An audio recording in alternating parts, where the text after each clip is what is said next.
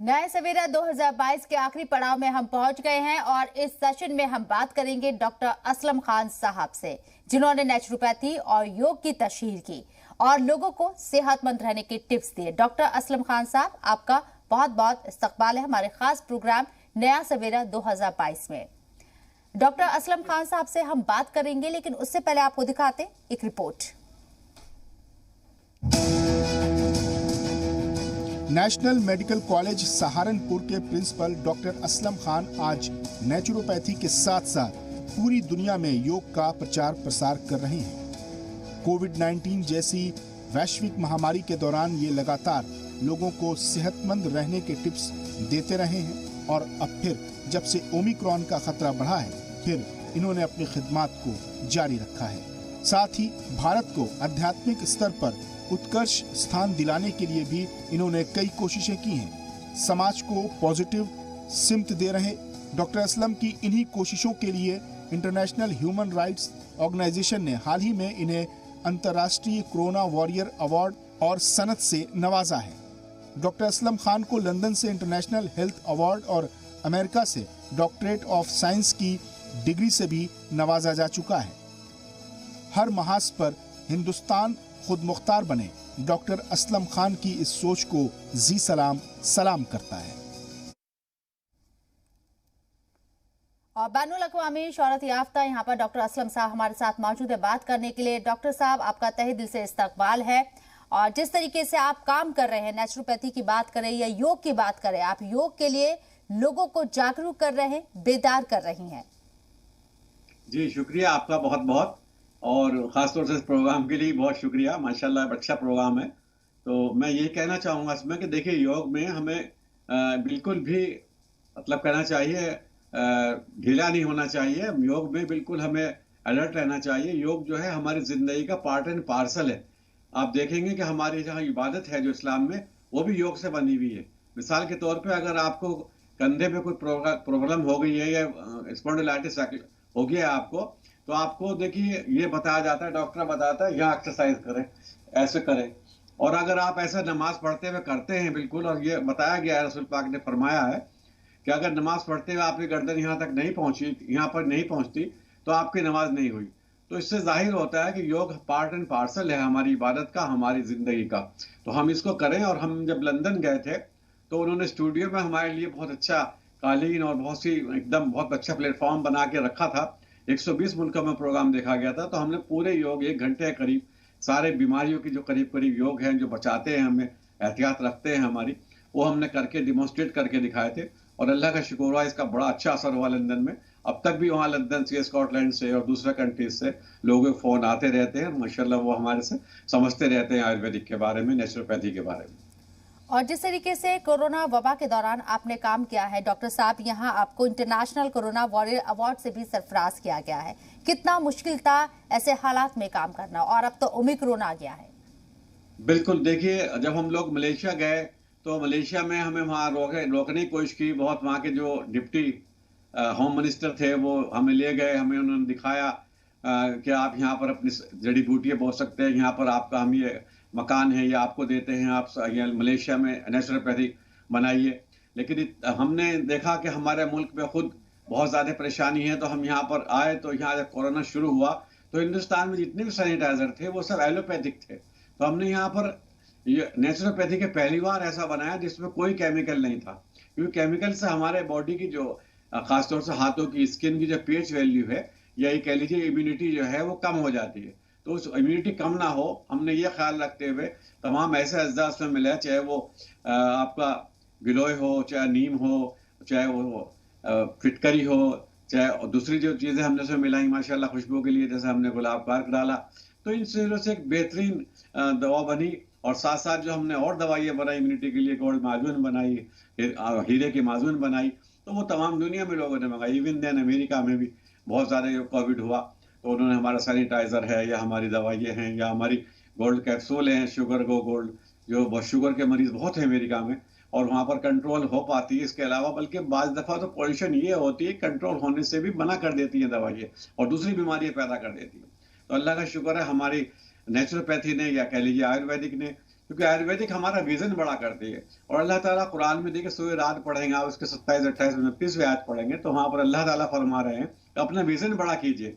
तो विजन बड़ा करेंगे यानी कि अल्लाह को आप जानेंगे तो आपका विजन बड़ा होगा, और जब विजन बड़ा होगा तो आप एक समझदार इंसान होंगे। आप सिर्फ गोलियों पर, कैप्सूल पे नहीं रहेंगे, बल्कि अपनी लाइफ स्टाइल ही चेंज कर बिल्कुल देंगे। डॉक्टर असलम, आपने देखा है कि कई तरह की पैथी के जरिए लोगों का इलाज किया जा रहा है, इन सब से नेचुरोपैथी किस तरीके से काम करती है?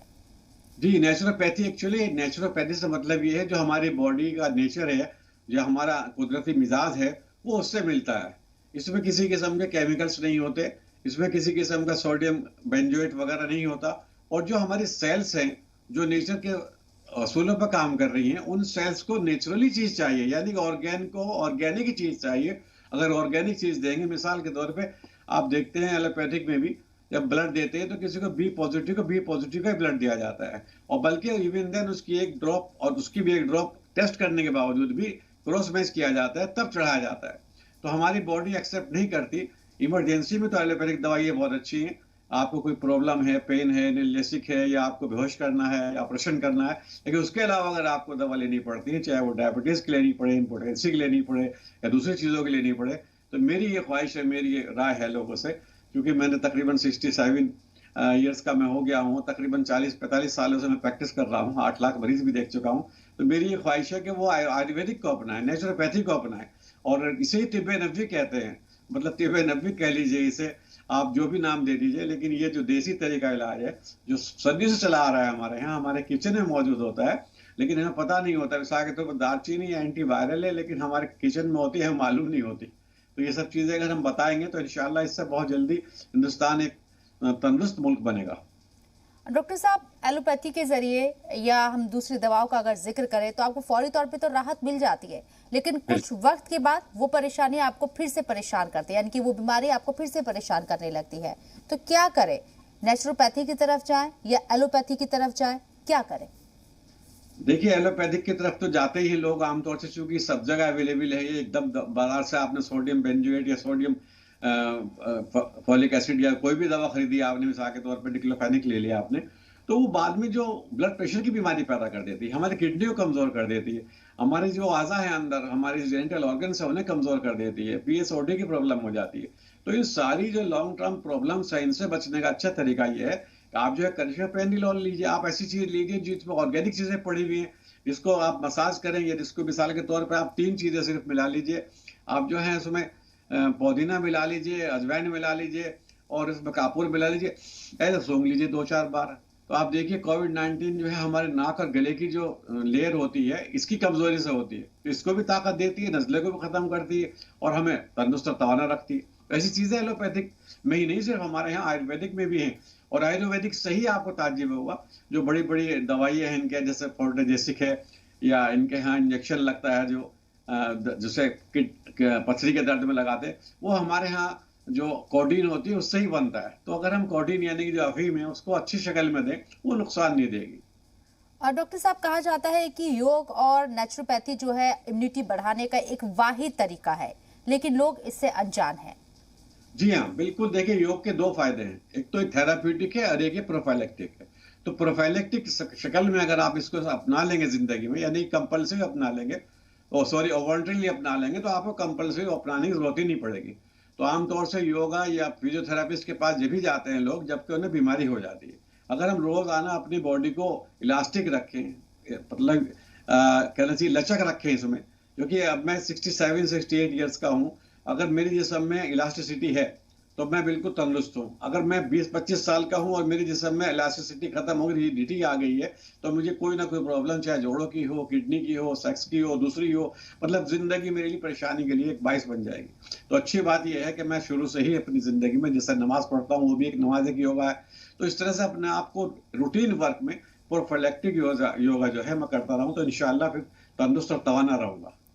डॉक्टर साहब, कहा जाता है कि 24 घंटे में से 1 घंटा आप अपने लिए निकालें, आपको अपने लिए वक्त देना होगा, लेकिन इतना बिजी शेड्यूल रहता है और लोगों की जो जिंदगी भागती दौड़ती जिंदगी बनकर रह गई, आप बहुत मुश्किल होता है। क्या सलाह देंगे आप?